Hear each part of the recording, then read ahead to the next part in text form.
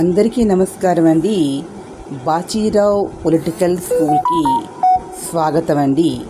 ఈరోజు మన మొదటి రోజు పాఠంలో పంచాయతీల గురించి మనం మాట్లాడుకుందామండి.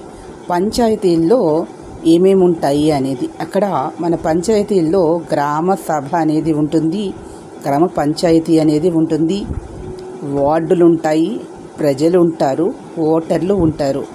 గ్రామ సభ అంటే గ్రామంలో ఉన్నటువంటి ఓటర్లందరూ కూడా గ్రామ సభలో సభ్యులుగా ఉంటారు. వారు మాత్రమే పంచాయతీలో జరిగే ఎన్నికలలో సర్పంచ్ని మరియు వార్డు సభ్యులను కూడా ఎన్నుకుంటారు. ఇది ఒక మన భారత రాజ్యాంగంలో 73వ రాజ్యాంగ సవరణ చట్టం తరువాత వచ్చినటువంటి విధి విధానాలలో మొదటిగా చెప్పేది గ్రామ సభ. అయితే ఓటర్లు అనేటటువంటి వారి యొక్క అర్హతలు ఏమిటి, గ్రామ సభలో ఎవరెవరు సభ్యులుగా ఉంటారు అంటే 18 సంవత్సరం నిండినటువంటి వారందరూ కూడా, స్త్రీ పురుష భేదం లేకుండా అందరూ కూడా సభ్యులుగా ఉంటారు. అదేవిధంగా వీరందరూ కూడా తమ యొక్క గ్రామ పంచాయతీలో జరిగే ఎన్నికలలో వార్డు సభ్యులను, అదేవిధంగా సర్పంచ్ని కూడా ఎన్నుకుంటారు. ఇక్కడ మనం మాట్లాడవలసినటువంటి విషయంలో వారి గ్రామ పంచాయతీ వారు చేసేటటువంటి విధి విధానాలు ఏంటి, ప్రజలు ఎన్నుకున్నారు, గ్రామ పంచాయతీ ఏర్పడింది, ఆ గ్రామంలో ఉన్న ఓటర్లందరూ. అయితే ఇక్కడ వీళ్ళు చేసేది ఏంటి అంటే పరిపాలన అనేది చేస్తారు. అంటే స్థానిక స్వపరిపాలన సంస్థలు అని చోళుల కాలంలో, ప్రాచీన కాలంలో ఉండేవి. గ్రామాలు స్వయం సమృద్ధిగా ఉండేవి. అంటే గ్రామంలో ఉన్నటువంటి ప్రజలందరూ కూడా తమలో ఉన్నటువంటి సామర్థ్యం కలిగిన వ్యక్తిని నాయకుడిగా ఎన్నుకొని అతని ద్వారా తమ గ్రామం యొక్క పరిపాలన, అభివృద్ధి, సంక్షేమం కొరకు అతని యొక్క సేవలను వినియోగించుకునేవారు. ప్రాచీన భారతదేశంలో 16 మహాజనపదాలు కాలంలో, అంటే చాణక్యుని యొక్క కాలంలో.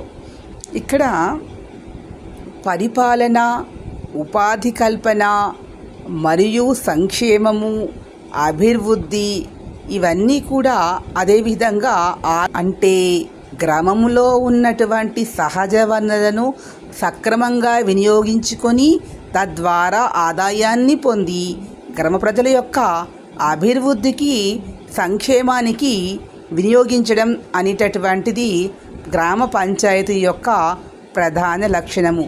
అదేవిధంగా గ్రామంలో ఉన్న ప్రజలందరికీ కూడా ఉపాధి కల్పించడము.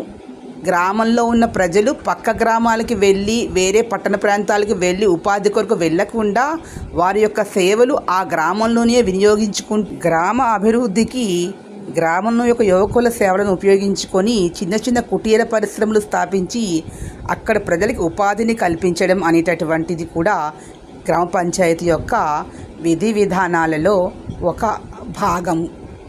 అదేవిధంగా సంక్షేమము, ప్రజల కొరకు కొన్ని రకములైనటువంటి వయోవృద్ధుల కొరకు పెన్షన్లు ఇవ్వడం అనేది, అదేవిధంగా రోడ్డు నిర్మించడము, అదేవిధంగా వ్యవసాయానికి కావలసినటువంటి అవసరాలను తీర్చడమే కాకుండా వాళ్ళ యొక్క గ్రామంలో పారిశుధ్యము మరియు త్రాగునీరు సరఫరా అనేది గ్రామ పంచాయతీ వారి యొక్క ప్రధాన విధి. గ్రామంలో ఉన్నటువంటి అందరి యొక్క ఆరోగ్యం కూడా గ్రామ పంచాయతీ విధి విధానాలలో ఒక భాగము. టోటల్గా చెప్పాలి అంటే ఆ గ్రామ అభివృద్ధి, సంక్షేమము మరియు వారి యొక్క ఉపాధి, ఆరోగ్యము అన్ని విషయాలు కూడా గ్రామ పంచాయతీ వారి ప్రజలు ఓటు వేసి ఎన్నుకున్నటువంటి వార్డు సభ్యులు, గ్రామ సర్పంచి కూడా నిరంతరము కూడా గ్రామంలో ఉన్న ప్రజల సేవ కొరకు తమ యొక్క సమయాన్ని వినియోగిస్తూ వారి యొక్క సంక్షేమానికి, అభివృద్ధికి, ప్రజలకు ఏమి కావాలి, మనము ఏమి చేయాలి, వారు ఏమి కోరుకుంటున్నారు అనే విషయాల మీద సంపూర్ణమైన అవగాహన ఉండి నాయకత్వ లక్షణాలు అనేవి ఉండాలి. సర్పంచ్ అనేవాడు గ్రామానికి నాయకుడుగా ఉంటూ వార్డు సభ్యులు వారి వార్డుకు ఉంటూ నాయకత్వ లక్షణాలు కలిగి ఉండి కొంతమంది ప్రజలను నడిపించే శక్తి సామర్థ్యాలను కలిగి ఉన్నప్పుడే నిజమైన పంచాయతీరాజ్ వ్యవస్థ ఏర్పడుతుంది. కాబట్టి ఎన్నికైన వారు ప్రజల్లో తిరుగుతూ మీటింగులకి అటెండ్ అవుతూ గ్రామ మీటింగులు పెడుతూ ప్రజల కొరకు పాటుపడాలి. కానీ వచ్చే నెక్స్ట్ క్లాసులో ప్రాక్టికల్ పాయింట్ ఎలా ఉందనేది కూడా నేను సెకండ్ పార్ట్లో తెలియజెప్తాను. యాక్చువల్గా ఫీల్డ్లో పంచాయతీల్లో ఉన్న సమస్యలు ఏంటి, మహిళా సభ్యులు ఏ విధంగా ఉంటున్నారు అనే విధి విధానాలు కూడా ప్రాక్టికల్గా ఎలా ఉంటుంది, ఎలా ఉండాలి అనేది కూడా మీకు వచ్చే పాఠంలో చెప్తాను. ఈ వీడియో మీకు లైక్ చేయండి, షేర్ చేయండి, సబ్స్క్రైబ్ చేయండి, లైక్ చేయండి, ఎంకరేజ్ చేయండి. Please subscribe.